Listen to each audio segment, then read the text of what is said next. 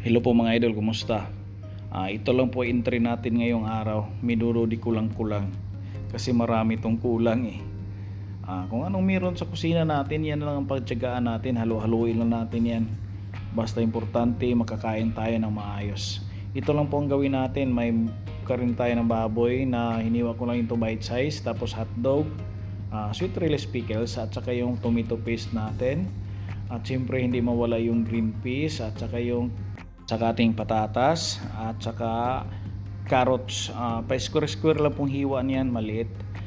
Yung bell pepper natin, kung may red kayo, yung red ang gamitin. At saka yung ating calamasarns. At saka may ketchup tayo at saka breadcrumbs na homemade lang po yan. Kung walang breadcrumbs, gamit kayo ng Skyflakes. Durugin nyo lang para pampalapot yan sa ating minudo na mamaya. Minudo di kulang-kulang. Sige, magmarinate na po tayo. Ito po, i-marinate natin to for almost 30 minutes lang. Siguro natin kakapit talaga yung pampalasa natin sa karne. Yan na po, lagyan po natin siya ng ketchup. Tapos sabaw ng ating pineapple chunks. Huwag natin ihalo ang chunks kasi mamaya pa yan. At huwag natin kalimutan ang ating tomato paste, pangpakulay na rin yan. Mix it well, make it good as you should. Ganun lang yun. Simpleng-simple lang po yan. Then, i-rest natin yan for almost 30 years. Simulan po tayo. Yung mga calamasarns natin, igisa natin yan until mag-golden brown siya. At saka ang ating na marinate na po na karne kanina, lagay na natin.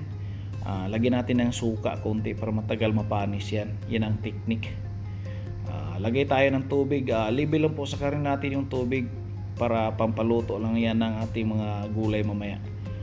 Lagyan na natin ng kuan yan, yung pineapple chunks at saka yung ating pork and beans at saka liver spread. Libod sa kuan sa bakag yapil. Raisins na mga idol ay magka-adlo ka na. Then takpan na natin yan for almost 10 days. Lagyan natin ng bell pepper. Takpan ulit. Batik, yung mga gulay natin, lagyan natin yan. Pwede niyo rin prituhin muna yung mga gulay kung gusto niyo. Sa akin, diretso na yan kasi nang mamadali na ako eh. Okay, good. Then, malapit na maluto yan. Lagyan natin yan ng green peas natin. At saka yung hotdog. Pinakahuli yung hotdog mga idol sa akin style kasi mabilis naman maluto yan eh. Hindi naman mahirap lutuin yan. At saka yung ating pampalapot, breadcrumbs or Skyflakes na dinurog. Matik yan para lapot na lapot talaga.